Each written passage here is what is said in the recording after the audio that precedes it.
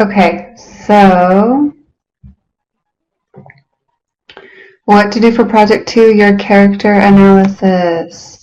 So your learning targets for this session, I will know how to complete Project 2, the character analysis, and I will understand the plot overview of Antigone. Okay, so for a character analysis, as you read a piece of literature, you are constantly engaged in your own form of character analysis. Whether you are making inferences about a character's actions, identifying a character's conflict and how he or she will resolve it, or determining how a character feels about a situation or another character, you are continually thinking about the characters in a text. Since you are already analyzing characters as you read, it seems logical to write down what you have already thought about. That is where a character analysis essay comes in. The purpose of a character analysis essay is to examine a character for the purpose of better understanding his or her role within the story. To accomplish this goal, you must study his or her personality, actions, thoughts, feelings, motivations, interactions, conflicts, experiences, and other traits. So lots you can think about, right? When analyzing a character, you should consider who the character is, what the character does, why the character acts in certain ways. That would have to do with their motivations, right? What makes the character do the things he or she does, how the character reacts to situations and other characters, whom or what the character is in conflict with, what the character thinks or how he or she feels about situations, actions, events, and other characters, or the actions of other characters, what experiences help the character grow or change. So step 1, this is an easy project breakdown, okay? So step 1, read all of Antigone. You will read a different section each day in lessons 6 through 10. Choose either Antigone or Creon to write your paper on, preferably. So in case you're not sure, Antigone is the main character in this play, and Creon is her uncle. So then, step 2, helpful brainstorming and organization of thoughts. So you're going to list your character's personality, their thoughts, their actions, their motivations, and their conflicts.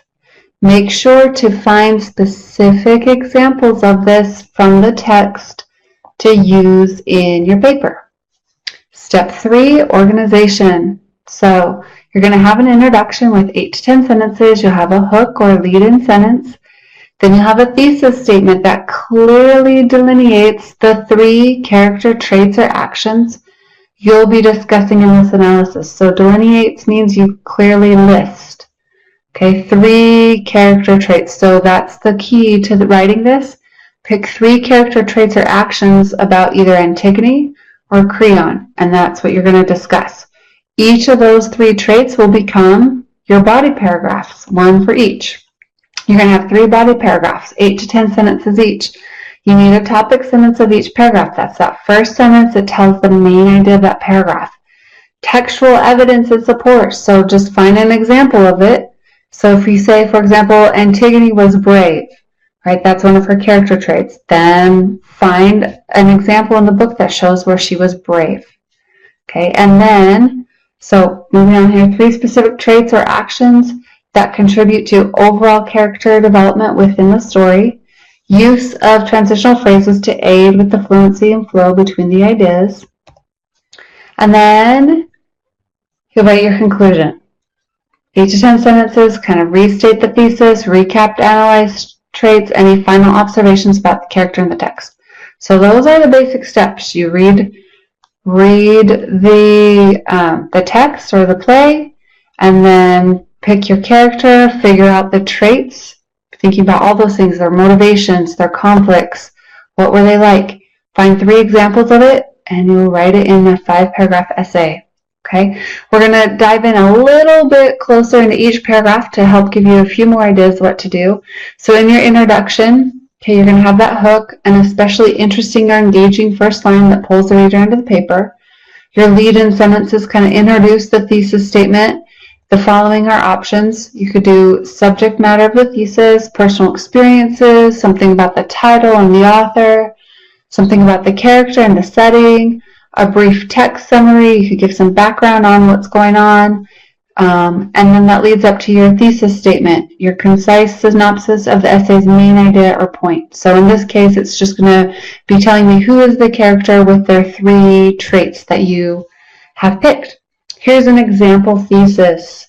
If we were doing a character analysis of Ismene, which is the sister of Antigone. Over the course of Antigone, Ismene develops from a young woman who prioritizes physical life at all costs to one who realizes the value of her emotional and spiritual connections and is willing to make the sacrifices necessary to preserve them, even though her actions come too late. Okay, so in this type of essay, they're going to be focusing on maybe the realizations that she made and the way she was willing to sacrifice for her connections that she made, her realizations. Okay, so at your body paragraphs, you're going to have a topic sentence which outlines the character trait each body paragraph focuses on. So make sure you're picking 3 clear traits, okay? Make sure you provide that textual evidence and support for each character trait. So you can think about their actions, their thoughts, the dialogue, anything from the text that would support that trait that you decided on. Okay, the character trait analysis is an explanation of how the textual evidence demonstrates the character trait that is the focus of each body paragraph. So here's the biggest common mistake students make. They will quote the text and then it's like they just walk away. Because they think that the quote speaks for itself. Right? It kind of does, but guess what? When you're writing an essay, it doesn't. Exactly. You've got to add to it. I'm the reader, let's say, as your teacher or whoever your audience is, right? You need to do all the thinking for me. I'm just supposed to read your ideas, and I shouldn't have to be connecting dots. So you're going to tell me something like Antigone was brave. Then you're going to give me a quote from the text that shows her actions or her thoughts or her dialogue where she was brave. Then you're going to add a couple sentences saying something like, based on the quote, right? You quoted the text. This means that, or this shows how Antigone was brave by da-da-da-da. Okay, kind of explaining the significance of the quote. Okay, that's that explanation of how you came up with this character trait. And then in the conclusion, you're just kind of restating the thesis, recap of the analyzed character traits, final observation about the character in the text. Okay, reminders, proofread for grammar, capitalization, spelling, and punctuation. Make sure you have formal third-person voice. Make sure you have specific textual evidence in each body paragraph. Hopefully you got that message. Quote that text, provide that text evidence, and then explain it or tell me the significance of it or what it means. Always add your thoughts to it. That's the whole point. You're just using the text for support. Okay, I'm going to provide you links in just a moment for a Project 2 breakdown. So everything I just went over is in a document for you to refer to. And then I'm also going to provide you a link that has the breakdown of all the projects in the course. And you can scroll down to Project 2 because there's slightly different things in each of these. In the Project 2 breakdown has most of the information we went over, and the All Projects breakdown has a couple extra links that I'm going to show you. In that the All Projects breakdown, when you scroll down to Project 2, you'll find these extra links. Okay, so you can view a character analysis essay of Ismene. And really fantastic, you see that one that says character analysis essay checklist? Click on that link. Great little checklist just to go over, make sure you got everything done. Okay, so again, I'm going to provide you 2 links here. They each have very helpful information. All the information I just went over basically, but a couple little extra tips right there. Okay, and just to recap to make sure everyone got it, let me go back here. When you are doing your body paragraph, right, you're going to have your topic sentence. You're going to tell me which character trait you're focusing on in that paragraph, such as Antigone is brave, something like, it could be that simple, right? Or Antigone shows bravery through da-da-da. Then you're going to quote the text. You're going to find that textual evidence that supports that character trait, whether it's an example of her actions, her thoughts, her dialogue, or whatever. And then after you quote the text, very important, you explain how that textual evidence demonstrates the character trait. Okay, you're going to just kind of add a couple thoughts telling me this shows bravery by da da da da. Questions at all to this point?